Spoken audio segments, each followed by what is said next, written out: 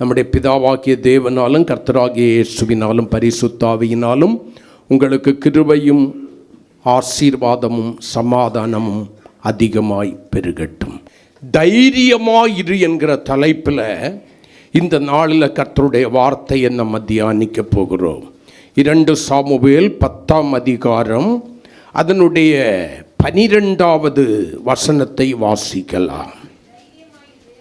தைரியமாயிரு, நம்முடைய ஜனத்திற்காகவும் நம்முடைய தேவனுடைய பட்டணங்களுக்காகவும் சௌரியத்தை காட்டுவோம். கர்த்தர் தமது பார்வைக்கு நலமானதை செய்வாராக. தாவீதின் சேனாதிபதியாயிருந்த மனுஷன் அதே யுத்த படையில் தன்னுடைய சகோதரனாகிய மனுஷனோடு கூட சொன்ன ஒரு வார்த்தை, தைரியமாயிரு, கர்த்தர் தம்முடைய பார்வைக்கு நலமானபடி செய்வாராக. தாவீது ராஜாவாயிருக்கிறான். அந்நாட்களிலே அம்மோனியரும் சீரியரும் பெருங்கூட்டமாக தாவீதினுடைய ராஜ்யத்திற்கும் ஜனங்களுக்கும் விரோதமாய் எழும்பி வருகிறார்கள். சத்துருக்கள் கடற்கரை மணலை போல பெருகி இருக்கிறார்கள். சீரியர் ஒரு பக்கத்தில், அம்மோனியர் ஒரு பக்கத்தில். காரணம் என்ன? தாவீது அம்மோன் பித்திரருக்கு அருவருப்பானதை பார்த்தார்கள். அல்லேலூயா. அவர்களுடைய எந்த செய்கைக்கும் அவன் என்ன பண்ணல, உட்பட்டு போகாதபடியினால் அவனுக்கு விரோதமாய் எழும்புகிறார்கள். இப்பொழுது தாவீதினுடைய சேனாதிபதியும் சேவகனும் யுத்தத்திற்கு செல்கிறார்கள், அல்லது சேனாதிபதிகள் தங்களுடைய பெரிய படையோடு கூட செல்கிறார்கள். சத்துருக்கள் அவர்களுக்கு முன்னும் பின்னும் 2 பக்கங்களிலும் பெருகி அழிப்பதற்கு துடித்து கொண்டிருக்கிறார்கள். இப்பதான் இந்த மனுஷன் தன்னுடைய சகோதரனை பார்த்து சொல்றான், தைரியமாயிரு. இந்த பெருங்கூட்டத்தை பார்த்து நமக்கு முன்பாக நிற்கிறதான இந்த சர்வசாதாரணமான அல்ல, அசாதாரணமான சூழ்நிலையை பார்த்து பயந்துடாத, தைரியமாயிரு. நம்முடைய ஜனங்கள் நமக்கு முக்கியம். தேவன் நமக்கு தந்த இந்த பட்டணங்கள் எல்லாம், இந்த ராஜ்யம் முக்கியம். நம்ம இப்ப தேவனுக்காகவும் தேவ ராஜ்யத்திற்காகவும் யுத்த களத்தில் நிற்கிறோம். தைரியமாயிரு, கர்த்தர் தம்முடைய பார்வைக்கு நலமானபடி செய்வாராக. இந்த காலை வேளையிலே தேவ சபையிலே வந்திருக்கிற உங்களில் அநேகமே பலவிதமான சூழ்நிலைகளை பார்த்து தைரியத்தை இழந்து போயிருக்கலாம். இங்க மாம்ச தைரியம் அல்ல, கர்த்தருக்குள்ளானது ஒரு தைரியம் தேவ பிள்ளைகளுக்கு இருக்கணும். ஆவிக்குரிய ஒரு தைரியம் இருக்கணும், ஆவியின் தைரியம் இருக்கணும். அந்த தைரியத்தினால தான் இப்ப அந்த மனிதன் சொல்லுகிறான் தன் சகோதரனை பார்த்து, கர்த்தர் தம்முடைய பார்வைக்கு நலமானதை செய்வார். நீ என்ன பண்ணிராத, தைரியத்தை மட்டும் விட்டுறாத. தைரியத்தை விட்டு விட்டோம் என்றால் எல்லாமே முடிந்து விட்டது. மனம் பதறாதது வரைக்கும் சிதறல் உருவாகாது. பயந்து மனம் பதற ஆரம்பித்து விட்டதே ஆனால் சிதறுதல் உருவாகிவிடும். நீ தைரியத்தை இழந்து விட்டாயானால் தோற்று விடுவோம், 2ஆக பிரிந்து கொள்வோம். அம்மோன் புத்திரரை நான் பார்க்கிறேன், சீரியரை நீ பார்த்துக்கொள். அம்மோன் புத்திரருடைய கை மிஞ்சுகிறதா இருந்தால் நீ வந்து எனக்கு உதவி செய். சீரியருடைய கை மிஞ்சுகிறதா இருந்தால் நான் வந்து உனக்கு உதவி செய்கிறேன்.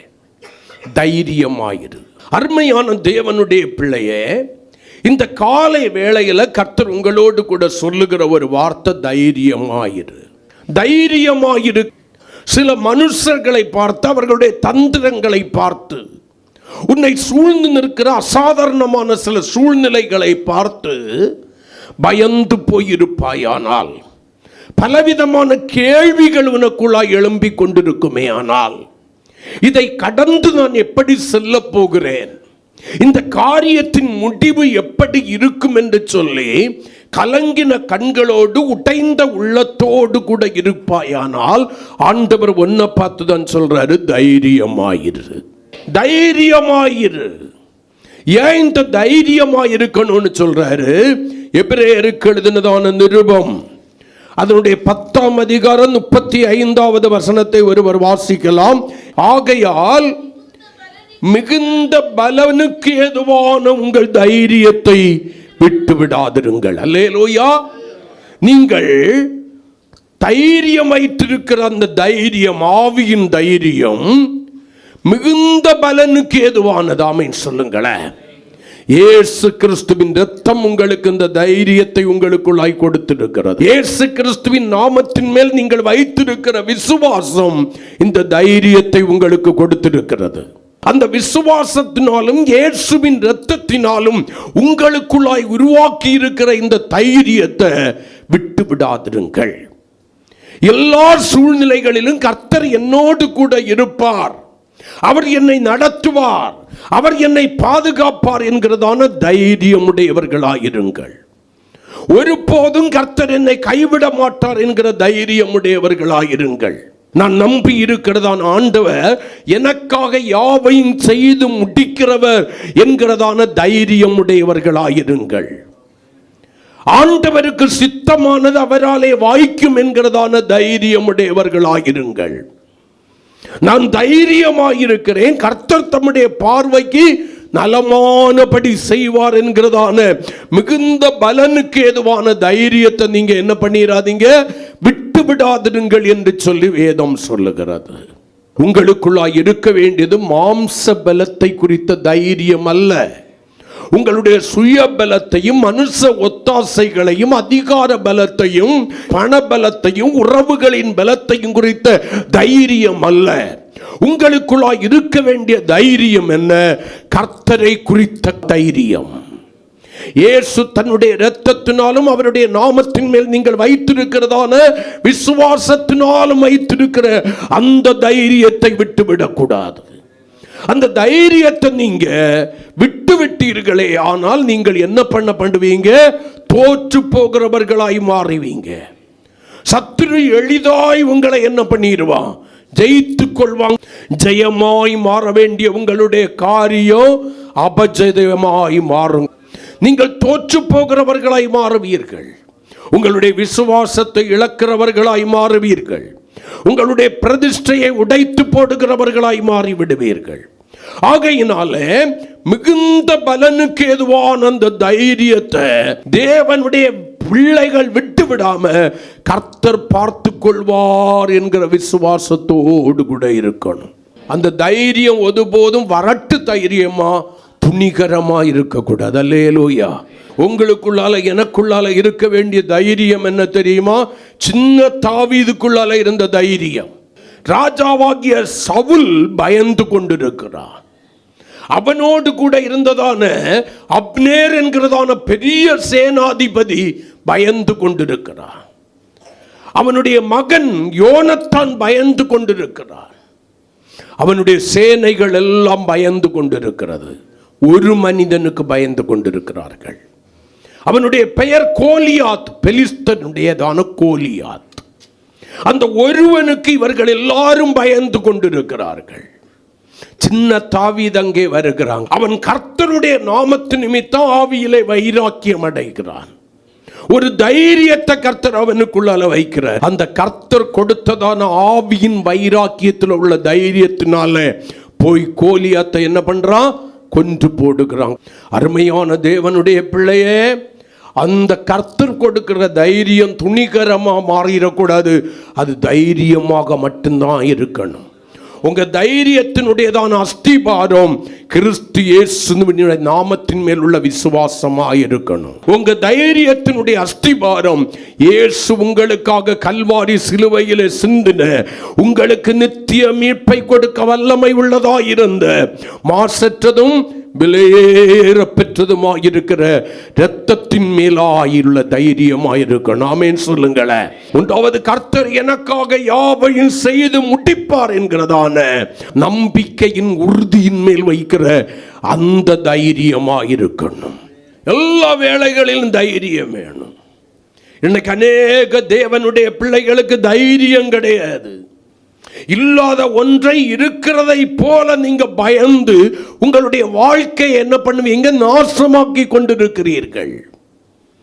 கர்த்தர் என்னோடு கூட இருக்கிறார் என்கிற விசுவாசத்தின் தைரியம் உங்களுக்கு இல்லை. நீங்கள் அநேக பேர் தோற்று போய் கிடக்கிறீர்கள். சாத்தானுக்கு இடம் கொடுத்து விடுகிறீர்கள். அவனுடைய தந்திரங்களை அடையாளம் காணாமல் இருக்கிறீர்கள்.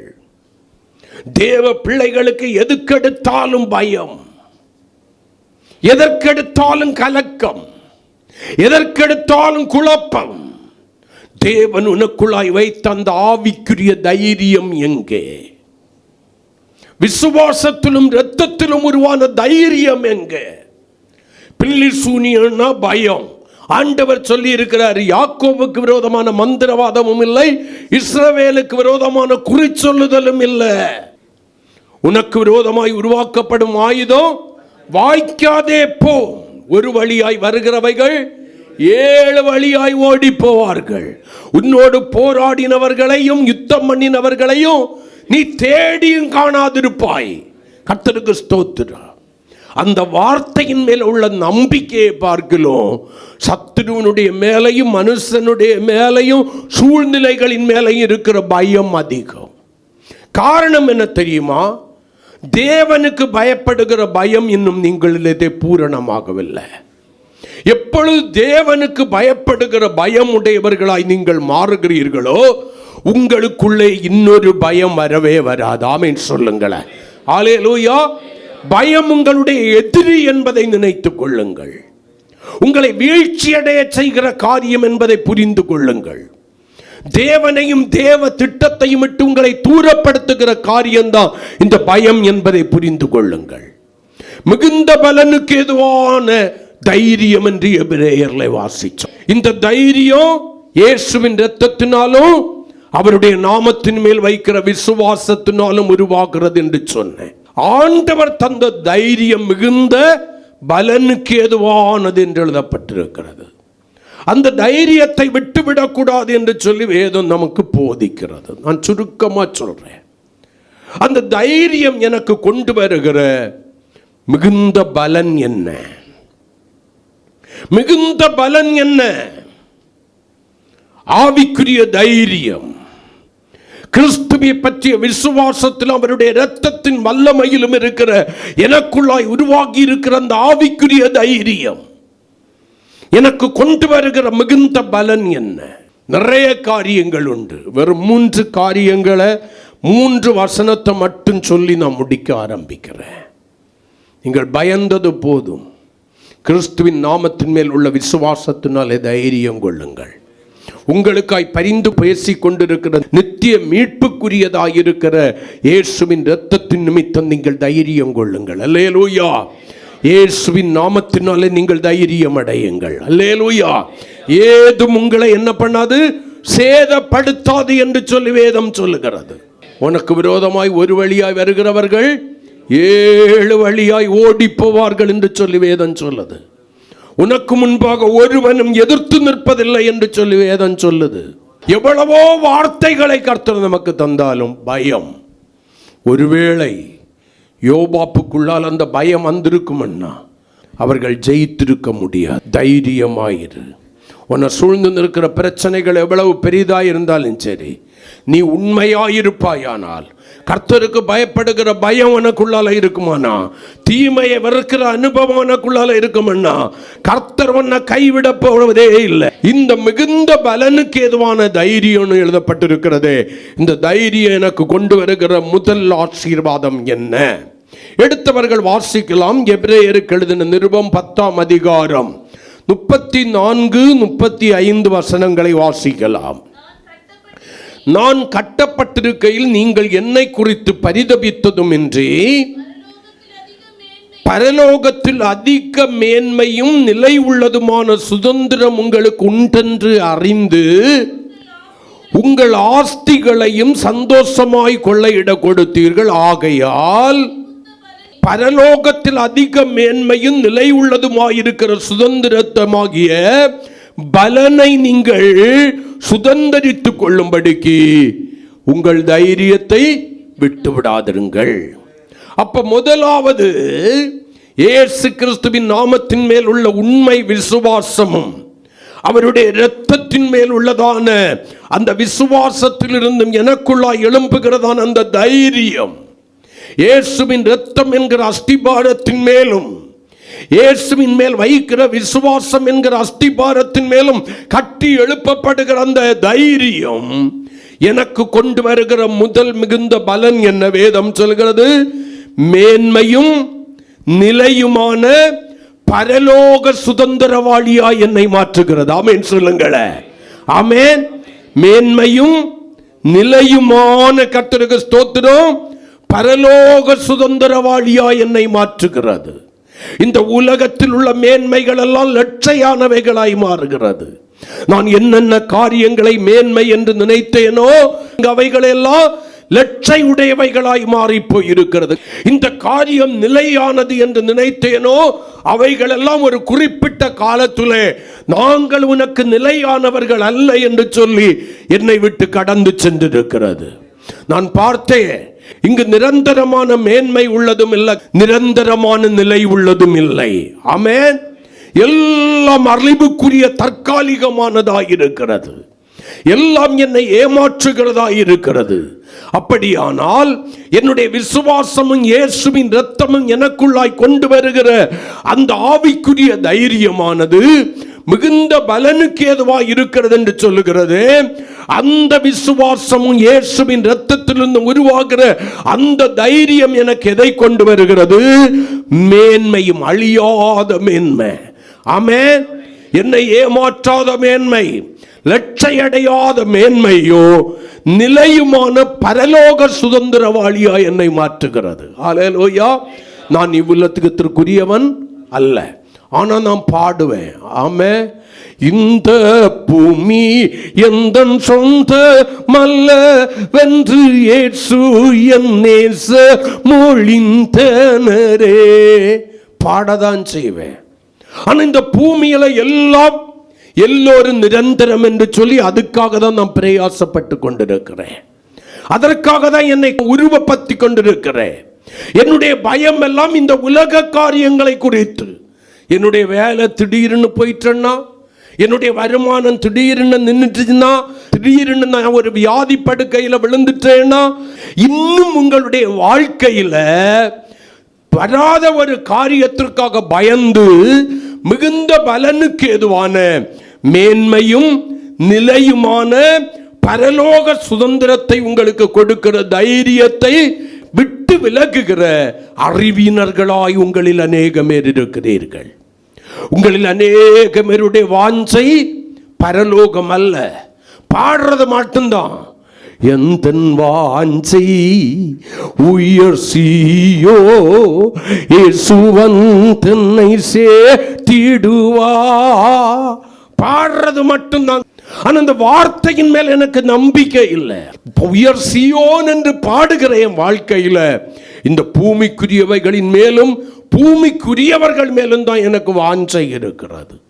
தைரியத்தை விட்டு விடுறேன். இது இப்படி வந்துச்சுன்னா இப்படி என்ன பண்றது, அது அப்படி வந்துச்சுன்னா என்ன பண்றது. வராத ஒன்றை குறித்து அதிக மன அழுத்தம் உடையவர்களாய் நீங்கள் இருக்கிறீர்கள். நீங்கள் கர்த்தருடைய கரத்தில் வரையப்பட்டிருக்கிறீர்கள் என்பதை மறந்து போனுகிறீர்கள். அல்லேலூயா. கர்த்தர் தம்முடைய கரத்தின் நிழலினாலே உங்களை மூடி இருக்கிறார் என்பதை நீங்கள் அறிந்து கொள்ளாதவர்களாய் இருக்கிறீர்கள். யோபையும் யோபுக்குண்டானவைகளையும் சுற்றிலும் வேலி அடைத்திருந்தது, யோபுடைய கண்களுக்கு மறைக்கப்பட்டிருந்தது. தான் அந்த பாதுகாவலை அறிந்திருந்தான். தேவன் நம்மேல் வைத்திருக்கிற அழுகையும் பாதுகாவலையும் நமக்கு தெரியல. தேவன் நமக்கு வைத்திருக்கிற மேன்மையும் நிலைவான சுதந்திரத்தை குறித்து நமக்கு கவலை இல்லை. அந்த மேன்மையை இழந்தவன், அந்த நிலையான சுதந்திரத்தை இழந்தவன் இனி யாரும் அதை பெற்றுக்கொள்ளக்கூடாது என்று சொல்லி தன்னுடைய தந்திரத்தினாலே உங்களை வஞ்சிக்க பார்க்கிறார். அவனுடைய வஞ்சக வலையிலே நீங்கள் விழுந்து போகிறீர்கள். அதனாலதான் உங்க தைரியத்தை இழக்கும்படியான சூழ்நிலைகளை பயங்கரமாய் அவன் உங்களுடைய கண்களுக்கு முன்பாக கொண்டு நிறுத்துகிறார். இஸ்ரவேல் ஜனங்களுக்கும் கண்ணுக்கு முன்னால எகிப்திலிருந்து புறப்படும் போது கானான் என்று சொல்லி இருந்ததான கானான் இப்ப இல்லை. அவர்களுடைய கண்களுக்கு முன்னால இருக்கிறதெல்லாம் என்ன தெரியுமா? அவர்களை பயமுறுத்தி கொண்டிருப்பதற்கான கர்த்தருக்கு ஸ்தோத்திரம் செங்கடல், அவர்களுக்கு முன்பாக நிற்கிறதான கொள்ளிவாய் சர்ப்பங்கள் நிறைந்த வனாந்தர வழிகள். கானான் இல்ல, அவர்களுடைய கண்களுக்கு முன்னால இருக்கிற கொட்டிய யோர்தான். கானான மறந்து போயிட்டான். எதற்காய் தேவன் மீட்டு அழைத்து கொண்டு வந்தார் என்பதை மறந்து போய்விட்டான். தைரியத்தை விட்டுட்டான். கர்த்தர் கூட இருந்து நடத்தியும் தைரியத்தை விட்டுட்டான். தேவனுக்கு விரோதமாய் முறுமுறுக்க ஆரம்பித்தான்.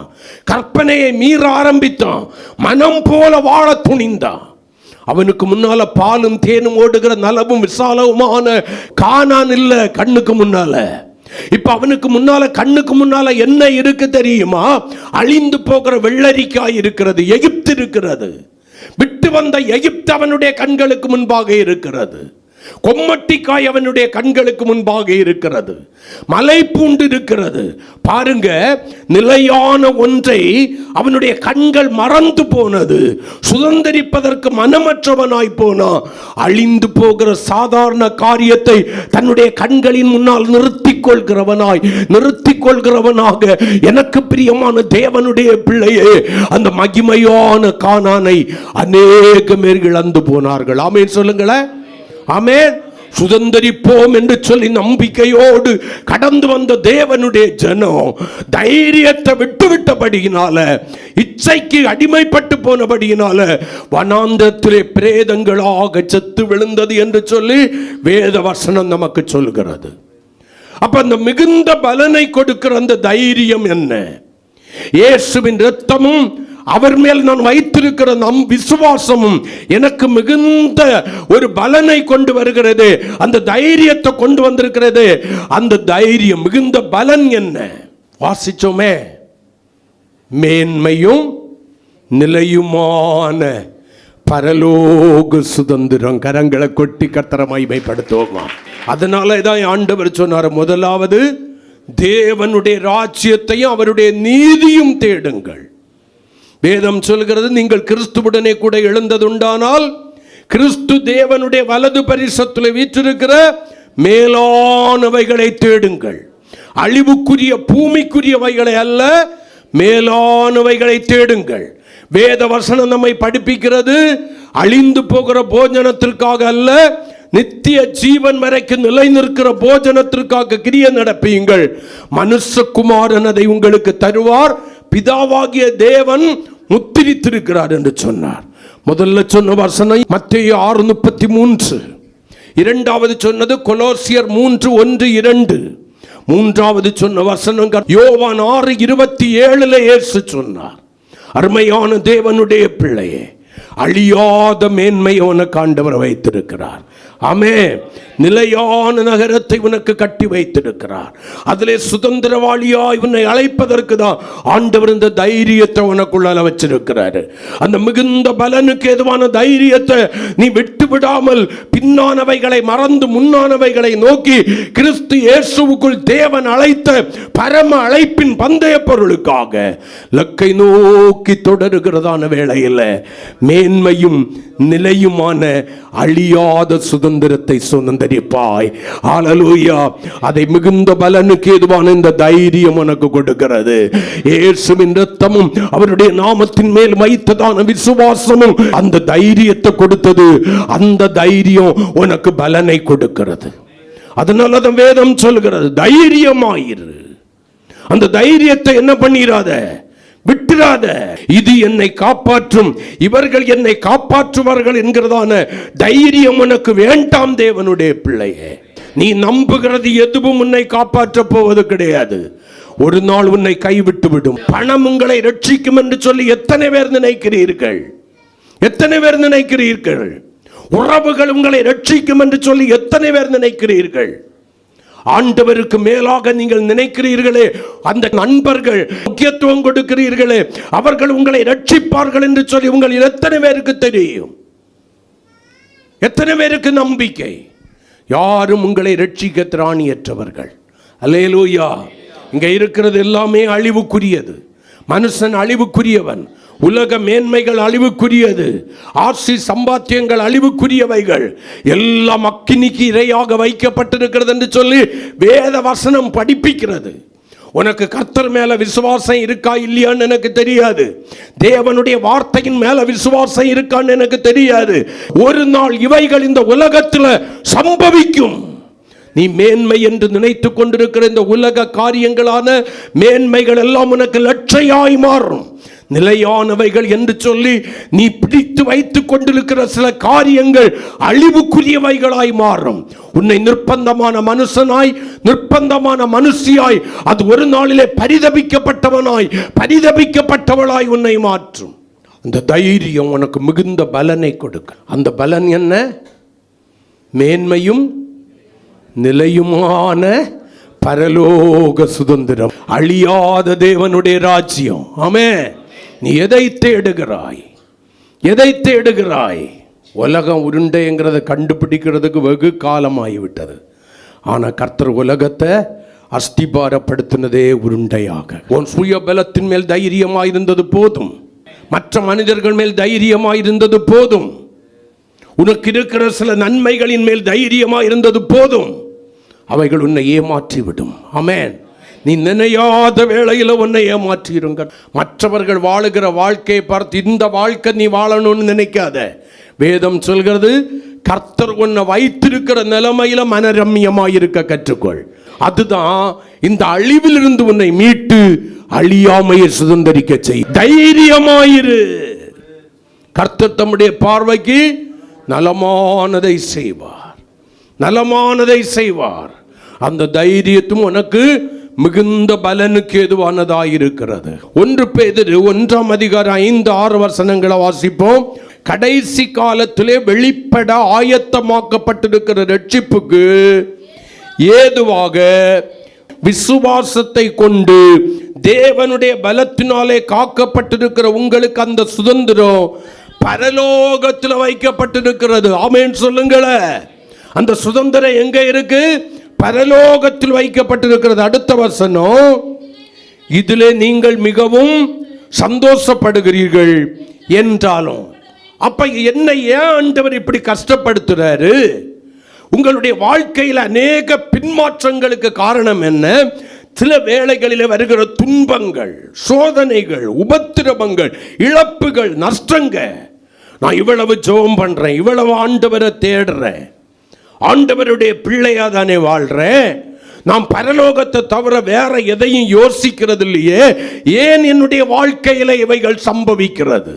வேதம் சொல்றத பாருங்க, இதில் நீங்கள் மிகவும் சந்தோஷப்படுகிறீர்கள் என்றாலும் துன்பப்பட வேண்டியது அவசியமானதால் இப்பொழுது கொஞ்ச காலம் பலவிதமான சோதனைகளினாலே துக்கப்படுகிறீர்கள். அல்லேலூயா, அல்லேலூயா, அல்லேலூயா.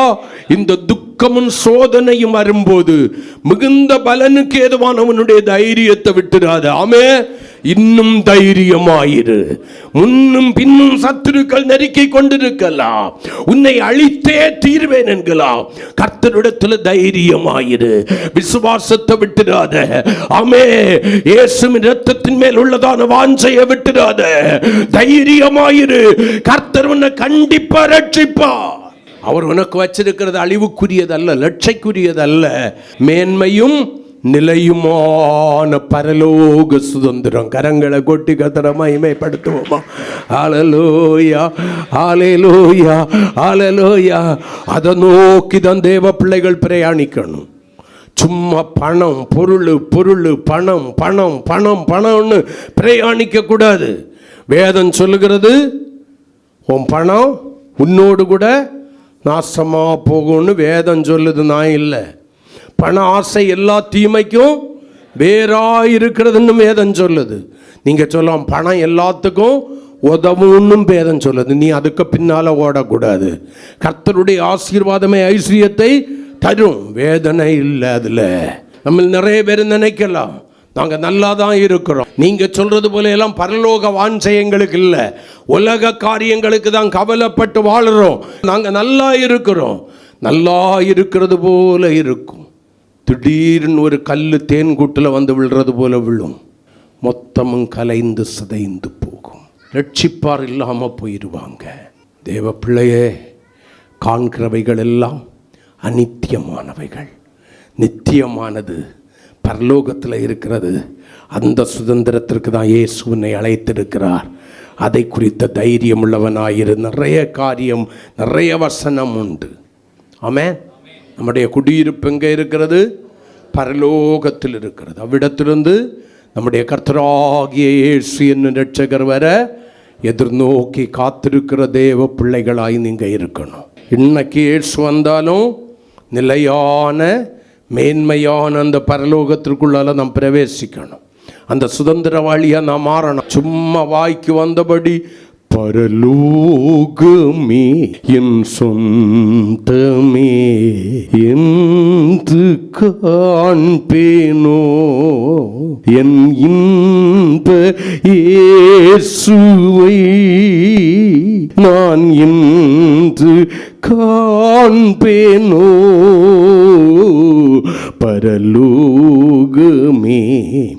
என் சொந்தமே என்று காண்பேனோ, இயேசு என் நம்பிக்கையா, இந்த பூமியும் சொந்தமல்ல, இயேசு என் நம்பிக்கையா, இந்த பூமியும் சொந்தமல்ல, விண்கிரீடம் வாஞ்சிப்பே,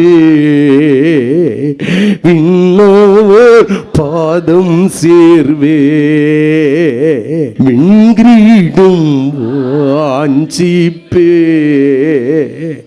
விண்ணவர் பாதம் சேர்வே. பாடுனா போதாது, தேடுதல் பரலோகத்திற்குரியதாய் மாறட்டும். கரங்களை கொட்டி ஹல்லேலூயா, ஹல்லேலூயா. எல்லாம் அழிவுக்குரியதாய் இருக்கிறது உலகத்தில், அழியாமையை சுதந்தரிப்போம். ஆமென் சொல்லுங்களேன்.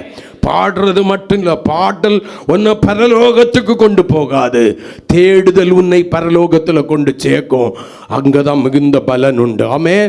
ரெண்டாவதாக ஒரு வசனத்தை வாசிக்கலாம். 3 காரியங்களை சொல்லி மட்டும் நான் முடிக்கிறேன்.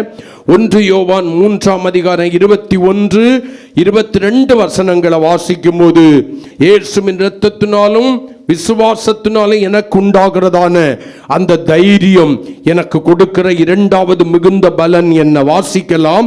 3ஆம் அதிகாரம் 21, 22 வசனங்கள். பிரியமானவர்களே, நம்முடைய இருதயம் நம்மை குற்றவாளிகள் என்று தீர்க்காதிருந்தால் நாம் தேவனிடத்தில் தைரியம் கொண்டிருந்து அவருடைய கற்பனைகளை நாம் நம்பிக்கை கொண்டு அவருக்கு முன்பாக பிரியமானவைகளை செய்கிறவர்களானபடியினால் நாம் வேண்டிக் கொள்கிறதுவோ அதை அவராலே பெற்றுக்கொள்கிறோம். அல்லேலூயா. இரண்டாவதாக கர்த்தருக்கு ஸ்தோத்திரம். என் தைரியம் எனக்கு கொடுக்கிற மிகுந்த பலன் என்ன? என் ஜெபத்திற்கு பதிலை கொடுக்கும் தைரியம். ஆமென் சொல்லுங்களேன். சூழ்நிலையை பார்த்து பயப்படாதபடி கர்த்தரை நம்பி அவருடைய கற்பனையின்படி நான் ஜெபிக்கிறதான வேளையில என்னுடைய ஜெபத்திற்கு பதில் வருகிறது. அதுக்கு காரணம் அவர் மேல் நான் வைத்திருக்கிற அந்த தைரியம், அந்த விசுவாசம் ரத்தம் எனக்குள்ளால உருவாக்கின அந்த தைரியம் மிகுந்த பலனுக்கு எதுவான என்னுடைய ஜெபத்திற்கு பதிலை கொண்டு வருகிறது. நான் கூப்பிட்டால் எனக்கு பதில் கொடுக்கிற ஒரு தேவன் உண்டு. ஆமென், அல்லேலூயா. சங்கீதக்காரன் சங்கீதம் 65:2 சொன்னான், ஜெபத்தை கேட்கிறவரே என்று சொல்லி கர்த்தருக்கு ஒரு நாமம் தரித்தார். அவர் ஜெபத்தை கேட்கிற தேவன். கேட்க கூடாதபடிக்கு அவருடைய செவி மந்தமாகவே இல்லை. உன்னுடைய ஜெபம் கேட்கப்படுவதற்கு அவருடைய செவி எப்படி இருக்கு? திறந்திருக்கிறது. கற்பனையை கை கொண்டு நம்பிக்கையோடு ஜெபிக்கணும். அந்த தைரியத்தோடு, கிறிஸ்து இயேசுவின் மேல் உள்ளதான தைரியத்தோடு கூட நீ ஜெபிக்கணும். அந்த தைரியத்தோடு கற்பனையை கை கொண்டு நீ ஜெபிக்கிறதான வேளையில அந்த தைரியம் உனக்கு மிகுந்த பலனாகிய ஜெபத்திற்கு பதிலை கொண்டு வரும். வேதம் சங்கீதம் 21 சொல்கிறது, ஆபத்து நாளிலே கர்த்தர் உமது ஜெபத்தை கேட்பாராக. யாக்கோபின் தேவனுடைய நாமம் உமக்கு உயர்ந்த அடைக்கலமாவதாக. ஆபத்துல கர்த்தர் உன்னை கைவிட மாட்டாரு. நம்பி இருக்கிறவங்க எல்லாமே கைவிட்டுருவாங்க. எனக்கு தெரிஞ்ச ஒரு தகப்பனார், அவருக்கு 4 பிள்ளைகள். தான் உயிரோடு கூட இருக்கும்போது தன்னுடைய பிள்ளைகளுக்கு செய்ய வேண்டிய கடமையை செய்திடணும். நாளைக்கு நான் காலம் முடிந்த பின்பு பிள்ளைகள் அதற்காக அடிச்சுக்கிட்டு நிற்கக்கூடாது, ஒற்றுமையாக இருக்கணுங்கிறதுக்காக இருந்த எல்லா ஆஸ்தி சம்பாத்தியங்களையும் 4 பிள்ளைகளுக்கு என்ன பண்ணினாரு? ஷேர் பண்ணி கொடுத்துட்டாரு. அவருடைய பெரிய நம்பிக்கை என்னன்னா, என்னுடைய பிள்ளைகள் என்னை காத்துக்கொள்வார்கள், என்னுடைய எல்லாவற்றையும் என்னுடைய பிள்ளைகளுக்கு கொடுத்து விட்டேன். அவர் ஒரு விசுவாசி. தனக்கு நேரம் கிடைக்கும் போது ஊழியம் செய்கிற ஒரு மனுஷன். எல்லாத்தையும் பிள்ளைகளுக்கு கொடுத்துடும். பிள்ளைகள் என்னை பார்த்து கொள்வார்கள். பிள்ளைகளுக்கு கொடுத்ததில்ல தப்பு, பிள்ளைகள் பார்த்து கொள்வார்கள் என்று சொல்லி கர்த்தர் மேல் வைக்க வேண்டிய நம்பிக்கையை மனுஷர்கள் மேல் வைத்தது தப்பு. திடீரென்று ஒரு நாள் நோய்வாய்ப்பட்டு விட்டார். 4 பிள்ளைகளும் அவன் பாப்பான் இவன் பாப்பா, அவனுக்கு நிறைய பங்கு போச்சல், அவன் பாப்பான்னு தங்களுக்குள்ளால ஒரு காரியத்தை செய்தார்கள். யாரும் அவரை கவனிப்பதற்கு முன் வரவில்லை. கடைசியில் ஒரு முடிவு பண்ணினாங்க, சரி போய் பார்ப்போம் என்னன்னு பார்ப்போம். அந்த மருத்துவர் எல்லாம் நிறைய டெஸ்ட் எடுக்கும்படி சொன்னார். எல்லா டெஸ்ட்டையும் எடுத்து பார்த்துக்கிட்டு சொன்னார், பல லட்சங்களை நீங்கள் இழக்க நேரிடும், பல லட்சங்களை நீங்கள் இழக்க நேரிடும். 4 பேரும் ஒன்று கூடினார்கள். அவர்களுடைய மனைவிகள் ஒன்று கூடினார்கள். என்ன செய்யலாம்? பல லட்சங்களை. இன்னும் இந்த ஆள் என்ன ஒரு 5 வருஷம் இருக்க போறாரா? இவர் இருக்கிறதுனால இனி நமக்கு ஒரு பிரயோஜனமும் இல்லை. இருக்கிறதையெல்லாம் கொடுத்துட்டாரு. இனி இருக்கிறதுனால நமக்கு செலவு தான். இருக்கிறது வரைக்கும் இருந்துகிட்டு போட்டும், இருக்கிறது வரைக்கும் இருந்து கொண்டு போகட்டும். அந்த மருத்துவரிடத்தில் திரும்ப வந்தாங்க. பல லட்சங்களை எல்லாம் எங்களுக்கு செலவழிக்க முடியாது. அல்லேலூயா. அவர் இருக்கிறது வரைக்கும் என்ன பண்ணட்டும்? இருந்து கொண்டு போகட்டும். எனக்கு தொழிலை பார்க்கணும், எனக்கு வியாபாரத்தை பார்க்கணும், எனக்கு வேலைக்கு போகலைன்னா என்ன பண்ணிடுவாங்க? வேலையிலிருந்து தூக்கிடுவாங்க. ஏகப்பட்ட லாஸ் ஆயிரும். நாங்கள் அப்படியெல்லாம் உட்கார்ந்து பார்க்க முடியாது, அவ்வளவு நஷ்டங்களை சகிக்க முடியாது. ஆகையினால அவர் இருக்கிறது வரைக்கும் இருக்கட்டும், இருக்கிறது வரைக்கும் ட்ரீட்மெண்ட் நடக்கட்டும். எல்லாம் கவனிச்சு பாருங்களேன், இன்னும் கவனிச்சு பாருங்களேன். இருந்ததை எல்லாம் கொடுத்துட்டார். கர்த்தரை நம்பி இருக்கலாம், கைவிடாமல் இருந்திருப்பார். கடைசியில் ஒவ்வொருவராக விலக ஆரம்பித்தாங்க, ஒவ்வொருவராக விலக ஆரம்பித்தாங்க. சில நாட்கள் வியாதியின் படுக்க ஒவ்வொருவராக விலக ஆரம்பித்தாங்க. அவங்க கடமையை பார்க்க ஆரம்பித்தாங்க. கர்த்தருக்கு சோத்திரம். ஒரு நாளில் இந்த மனிதன் சொன்னார், ஆண்டவரே, ஒரு கொடிய ஆபத்துக்குள்ளால நான் நின்றுட்டேன். உம்மை மேலே வைக்க வேண்டிய நம்பிக்கையை என் பிள்ளைகள் மேலே வச்சுட்டேன். என்னை மன்னியும் ஆண்டவரே, நீர் என்னை பரிசுத்தப்படுத்தி எடுத்துக்கொள்ளும். இல்லையானால் இந்த பூமியில் நான் இருக்கிற கடைசி நிமிடம் வரைக்கும், ஆமேன், என் பிள்ளைகளுக்கு பாரமாயிராதபடி, என்னை சார்ந்த யாருக்கும் பாரமாயிராதபடிக்கு என்னை சுகமாய் வையும். என்னுடைய கைகளே மறுபடியும் வேலை செய்து நான் சாப்பிடுவதற்கு எனக்கு சுகத்தை தாரோன்னு சொல்லி அந்த வியாதியின் படுக்கையில் இருந்து தேவ சமூகத்தில் ஜெபிக்க ஆரம்பிச்சாரு. தேவ சமூகத்தில் ஜெபிக்க ஆரம்பிச்சாரு. எவ்வளவு நல்ல தேவன் தெரியுமா? எவ்வளவு நல்ல தேவன் தெரியுமா? ஆபத்து காலத்தில் அனுகூலமான துணை அவர். ஆபத்தில் ஓடி வந்து நம்முடையதான கூப்பிடுதலின் சப்தத்திற்கு பதில் கொடுக்கிற தேவன் அவர். அவரை நம்புகிறவர்களை கைவிடாத தேவன் அவர். முயற்சிகள் எல்லாம் தோற்று போய்விட்டது, மனிதர்கள் கைவிட்டு விட்டார்கள். இப்படிப்பட்ட பிள்ளைகள் இப்பொழுதும் இருக்கிறார்கள் உலகத்தில் நிறைய பேர். இந்த மனநிலைமை எது தெரியுமா? ஒரு மாடை அழகா வளர்ப்பாங்க, ஒரு ஆடை வளர்ப்பாங்க, அது மிகுந்த பலனை கொடுத்து கொண்டு இருக்கும் போது அதை கொஞ்சுவாங்க, அதுக்கு செய்ய வேண்டியதை எல்லாம் செய்வாங்க. பலன் கொடுக்க தவறும் போது இனி பலன் கொடுப்பதற்கு தகுதி இழந்து போய்விட்டது. இனி இது பால் கொடுக்க போவதில்லை, இது இனி குட்டிகளை ஈன்று தரப்போவதில்லை என்கிறதான நிலை வந்தவுடனே அந்த வளர்த்தாயா வளர்த்ததை எதுக்கு கொடுத்துருவாங்க? இறைச்சிக்கு, கறி கடைக்கு கிடைக்கிற விலைக்கு வித்துருவாங்க. அந்த நினைவுள்ள மனுஷர்கள் இன்னைக்கு இந்த உலகத்தில் நிறைய பேர் இருக்கிறாங்க. அப்படிதான் அந்த 4 பேரும். ஆண்டவர் அவருக்கு சுகம் கொடுக்க ஆரம்பித்தார். எழுந்து நடக்க ஆரம்பித்தார். ஒரு தீர்மானத்துக்கு வந்தார். இனி எந்த பிள்ளையும் நான் சார்ந்து இருக்கக்கூடாது, எந்த பிள்ளையும் நம்பி இருக்கக்கூடாது, எந்த பிள்ளைக்கு மருமகளுக்கு நான் பாரமாய் இருக்கக்கூடாது. என் கைகளே மறுபடியும் வேலை செய்யட்டும், நான் இருக்கும் இடைக்கு நான் சாப்பிட எனக்கு பலன் தாரும் ஆண்டவரேன்னு சொல்லி ஆண்டவருடைய சமூகத்தில் ஜெபிக்க ஆரம்பிச்சாரு. 83 வயதுல இந்த உலகத்தை விட்டு அவர் கடந்து சென்று விட்டார். அல்லேலூயா. 83 வயது வரைக்கும், நாளைக்கு மரிக்கிறாருன்னா இன்னைக்கு வரைக்கும் சுகமாக எழுந்து நடந்து கடமைகளை செய்தார். தன் கைகள் வேலை செய்து அதன் பலனை புசிக்க ஆரம்பித்தார். கரங்களை கொட்டி கர்த்தரை மகிமைப்படுத்துவோம். 83 வயதில் அந்த தகப்பன் மரித்து போனார். அந்த தகப்பன் மரித்து போனார். அந்த தகப்பனை தேடி வந்தாங்க அந்த பிள்ளைங்க. எதுக்கு தேடி வந்தாங்க தெரியுமா? தகப்பனை அடக்கம் பண்ணுவதற்கு அல்ல. தகப்பன் எதை சேர்த்து வைத்திருக்கிறார் இத்தனை வருடமாக, எங்க வச்சிருப்பார்? இந்த தகப்பன் என்ன பண்ணிட்டார் தெரியுமா? என்ன ஆண்டவர் நடத்துவாருங்கிற விசுவாசத்தில் தனக்குள்ளதை போக மீதி எல்லாத்திலையும் தானம் கொடுக்க ஆரம்பிச்சிட்டார். அல்லேலூயா. ஆமே. இந்த தானம் பெற்றவர்கள் தானாக வந்தார்கள். கரங்களை கொட்டி கர்த்தரை மகிமைப்படுத்துவோமா? தானம் பெற்றவர்கள் தானாக வந்தார்கள். அவருக்கு செய்ய வேண்டிய எல்லா கடமைகளையும் செய்து முடித்தார்கள். பிள்ளைகள் வாயடைத்து போனார்கள். அதுதான் உலகம். ஆபத்து காலத்திலே கர்த்தர் உமது ஜெபத்தை கேட்பாராக. எந்த ஒரு தேவனுடைய பிள்ளை தைரியம் கொண்டு கர்த்தரை நோக்கி, அவர் எனக்கு சகாயர் என்கிற நம்பிக்கையோடு கூட, எனக்கு ஒத்தாசையின் பர்வதம் என்கிற விசுவாசத்தோடு கூட, மிகுந்த பலன் கொடுக்கிறவர் என் தைரியத்திற்கு என்று சொல்கிறதான அந்த விசுவாசத்தின் வெள்ளமையோடு கூட தேவனை நோக்கி கூப்பிடுகிறார்களோ, அங்கே கர்த்தர் பதில் கொடுக்கிற ஆண்டவர். ஜெபத்திற்கு பதில் கொடுப்பார். ஆபத்து காலத்தில் என்னை நோக்கி கூப்பிடு, நான் உன்னை விடுவிப்பேன். எதுக்கு விடுவிக்கிறாரா? நீ என்னை மகிமைப்படுத்துவாய், என்னுடைய நாமத்திற்கு மகிமையான ஒரு வாழ்க்கை வாழும்படி நான் உன்னை விடுதலை ஆக்குவேன். ஆமென். என்னை நோக்கி கூப்பிடு, நான் உனக்கு மறு உத்தரவு கொடுப்பேன். அல்லேலூயா. கடைசி அதுல ஒரு வசனத்தை வாசிப்போம். ஏசாயா 30:19.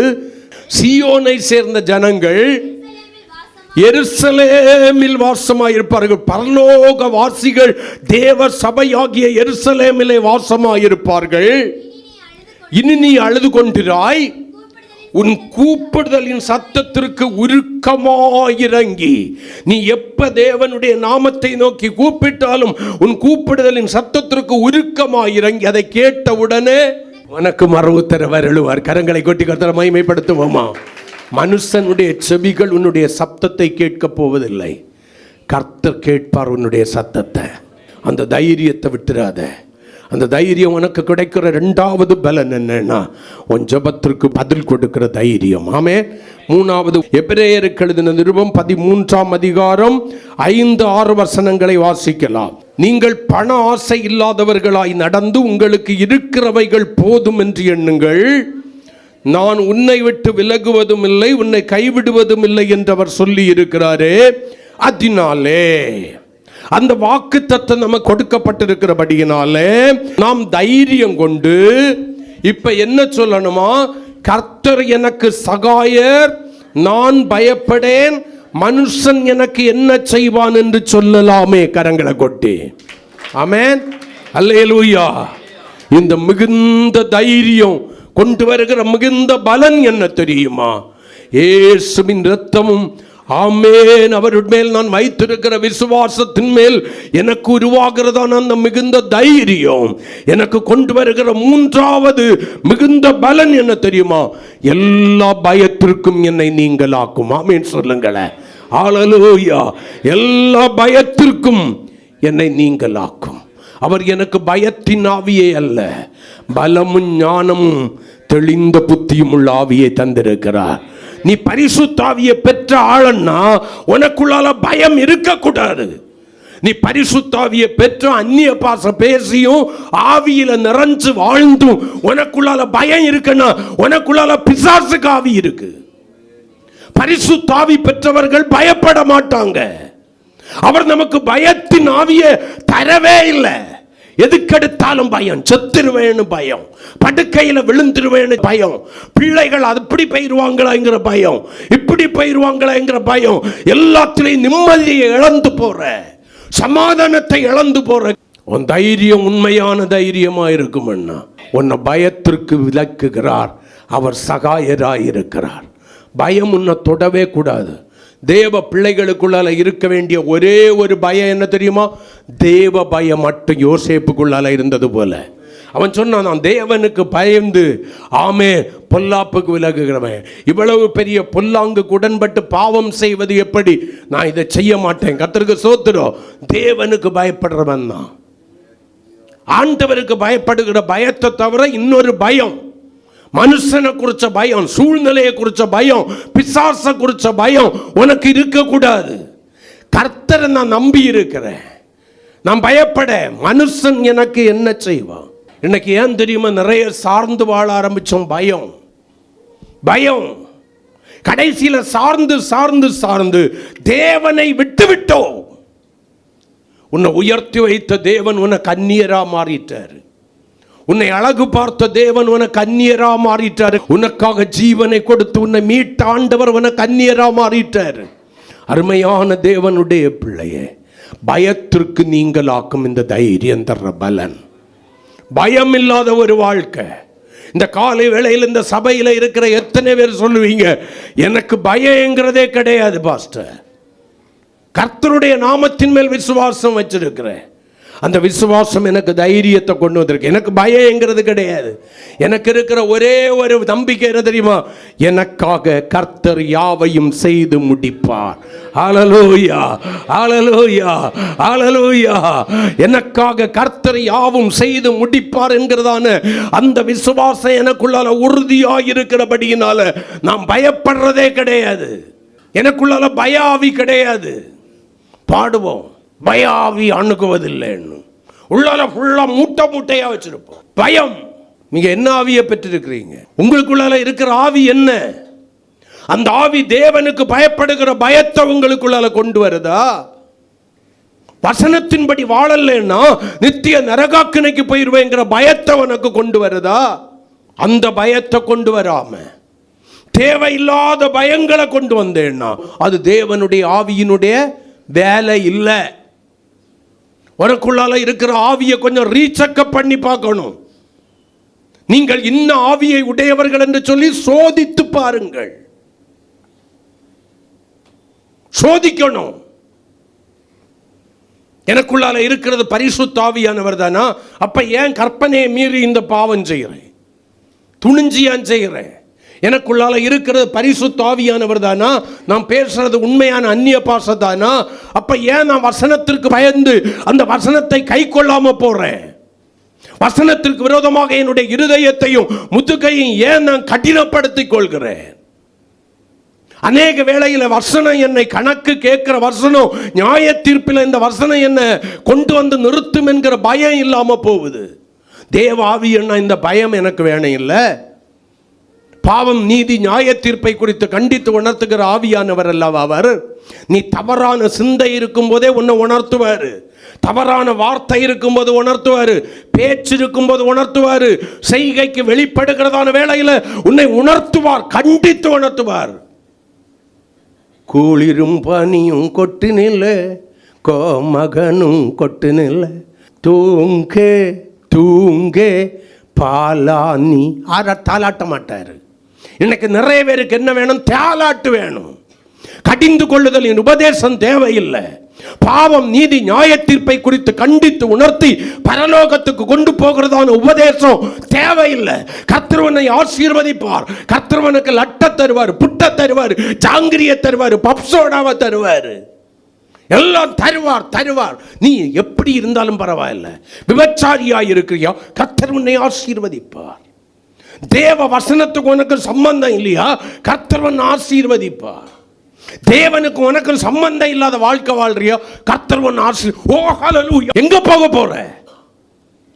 தேவனுடைய ராஜ்யத்துக்கா? போக முடியாது. யார் உனக்கு சொன்னது நீ வாழுகிற எல்லா வாழ்க்கையும் உன்னை பரலோகத்தில் கொண்டு போய் சேர்க்கணும்னு? அப்படி என்னுடைய வேதம் சொல்லல.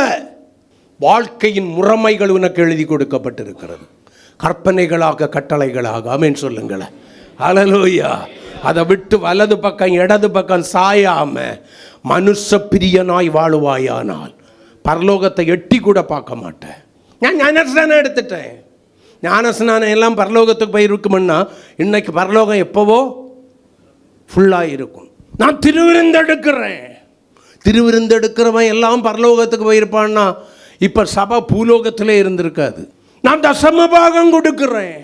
நீ கொடுக்கிற தசம பாகம் எல்லாம் பரலோகத்தின் தேவன் அங்கீகரித்திருப்பாரே. ஆனால் சபை இன்னைக்கு என்ன பண்ணி இருக்காது? பூலோகத்தில் இருந்திருக்காது, எப்பவோ போயிருக்கும். வேதம் சொல்லுது, அழைக்கப்பட்டவர்கள் அநேகம் பேர், தெரிந்து கொள்ளப்பட்டவர்கள் சிலர். நீ பலருடைய கூட்டத்தில் நிற்கிறியா, சிலருடைய கூட்டத்தில் நிற்கிறியா? எந்த கூட்டத்தில் நிற்கிற? என்ன பயம் உனக்குள்ளால? தெய்வ பயமா, உலக காரியங்களை குறித்த பயமா, மனுஷனை குறித்த பயமா, பேய குறித்த பயமா? என்ன பயம்? கண்ணை மூடும்போது இருட்டா தெரிஞ்சிச்சோன்னா பயம். பேயா இருக்கும்போது பேதான் தெரியும். எது உள்ளால இருக்கோ அதுதான் உனக்கு வெளிப்படும். சுபாவங்களில் மாற்றம் இல்லாம பேய் சுபாவம் உள்ளவனா இருந்தா, உள்ளவளா இருந்தா அதுதானே தெரியும் உனக்கு. ஆவியானவர் இருந்தால் ஆவிக்குரிய சுபாவம் வெளிப்பட ஆரம்பிக்கும், தேவ சுபாவம் வெளிப்பட ஆரம்பிக்கும். அதுக்கு பேர் தான் ஆவியின் கனி. ஆமைன்னு சொல்லுங்களேன். சங்கீதம் 34:6 கொஞ்சம் வாசிங்க. 7 கூப்பிட்டேன், கர்த்தர் என்னை எல்லா பயத்திற்கும் நீங்களாக்கி ரட்சித்து விட்டார். இப்போ எனக்குள்ளால இருக்கிற பயம் என்னது? தேவ பயம். ஆண்டவர் எதுக்கு தெரியுமா சிலுவையில் மரிச்சாரு? அவர் பாவியாக இருந்தார், மறைச்சாரு. அப்படிதானே? அப்படிதானே? அவருக்கு மரணத்துக்கு எனக்கு என்னையா சம்பந்தம்? ஒரு வசனத்தை வாசிங்க. எபிரேயருக்கு எழுதின நிருபம் 2ஆம் அதிகாரம் 15வது வசனத்தை கொஞ்சம் வாசிங்க. ஜீவ காலம் எல்லாம் மரண பயத்தினாலே அடிமைத்தனத்திற்குள்ளானவர்கள் யாவரையும் அந்த மரண பயம் என்கிற அடிமைத்தனத்திலிருந்து விடுதலை பண்ணும்படிக்கு ஆண்டவர் மரணத்தை ருசி பார்த்தார். கரங்களை கொட்டி. அவருடைய மரணம் எனக்குள்ளால இருந்த மரண பயத்தை மாற்றி இருக்கிறது. எனக்குள்ளால ஒரு நம்பிக்கை இருக்கு. இன்னைக்கு செத்தாலும் எங்க போவேன்? ஏசு எதுக்கு செத்தாருன்னே எனக்கு தெரியல. ஏசு எதுக்கு தெரியுமா செத்தாரு? வருஷத்தில் ஒருக்கா குட் ஃப்ரைடே கொண்டாட. ஏசு எதுக்கு தெரியுமா உயிர்த்தாரு? வருஷத்தில் ஒருக்கா கரையஞ்சோறந்தீங்க. அந்த குட் ஃப்ரைடேயில் நான் இன்னும் திரும்ப ஆழமாக சொல்கிறேன். ஏசு எதுக்காக மரிச்சாருன்னா வருஷத்தில் ஒரே ஒரு நாள் நான் பயறு கஞ்சி குடிக்க. ஏசு எதுக்காக மரிச்சாருன்னா வருஷத்தில் அந்த நாள் 3ஆம் நாளில் கரையஞ்சோறந்தீங்க. அப்போ ஏசு எதுக்கு பிறந்தார்? ஸ்டார் கட்டி, கிறிஸ்மஸ் ட்ரீ வச்சு, சீரியல் போட்டு கொண்டாட. ஏசு பிறந்தார் உள்ளம் அதில். நிறைய பேருக்கு உள்ளத்தில் பிறக்காது, இல்லத்தில் தான் பிறக்கும். டிசம்பர் மாதம் முதல் நாளைக்கு பிறக்க ஆரம்பிச்சிருவார். டிசம்பர் 31ஆம் தேதி வெளியில் போயிடுவார். எங்கே? உள்ளத்தில் இல்லை, இல்லத்தில். வீட்டில்னு சொல்லக்கூடாது, மாடன் இருக்காது, இல்லம். ஆனால் பாட்டு என்ன? ஏசு பிறந்தார் உள்ளம் அதில் இதையெங்கும் சாற்றிடுவோ. நம்மவே பாடிக்கிடுவோம். புசிப்போம் குடிப்போம் தேவன் ராஜ்யம் அல்ல, பரநாவியில் மகிழ்வோ. புசிப்பும் குடிப்பும் இல்லைன்னு சொல்லிக்கிட்டு பன்றி கறியில் இருந்து புறா கறி வரைக்கும் விட மாட்டான். ஆனால் பாடுறது என்ன? ஏசு பிறந்தார் உள்ளம் அதில் இதையெங்கும் சாற்றிடுவோ. புசிப்பும் குடிப்பும் தேவராஜ்யம் அல்ல, பரநாவியில் மகிழ்வோ. பரநாவியில் மகிழ்வோ.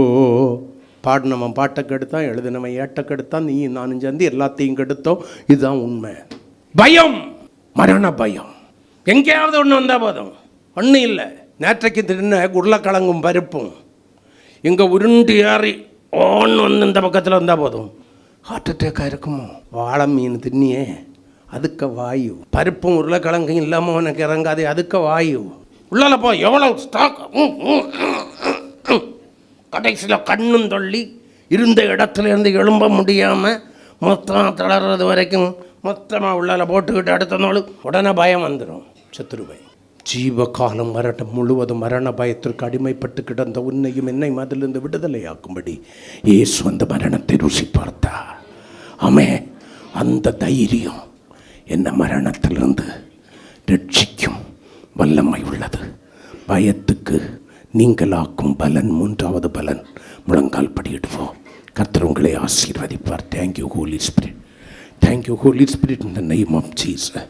Hallelujah, hallelujah.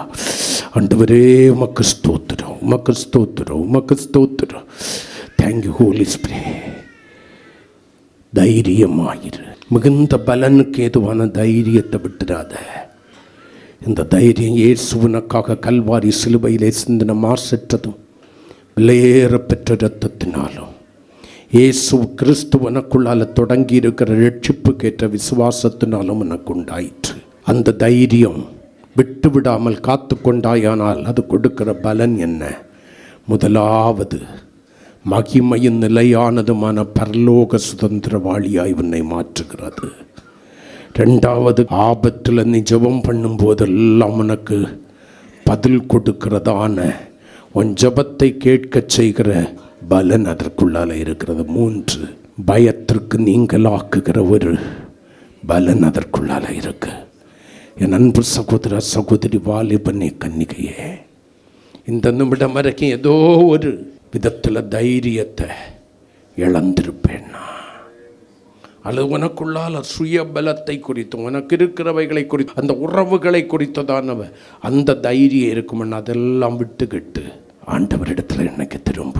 அவர் இரத்தத்தினாலும் விசுவாசத்தினாலும் உனக்கு மிகுந்த பலனுக்கு ஏதுவான தைரியத்தை கொடுப்பார். உன் காரியங்களை ஜெயமாய் மாற்றுவா. நீயும் உனக்குரியவைகளும் அழிவுக்கும் லட்சைக்கும் உரியவைகளாய் அல்ல, நிரந்தரமான பரலோகத்துக்குரியவைகளாய் மாறும்.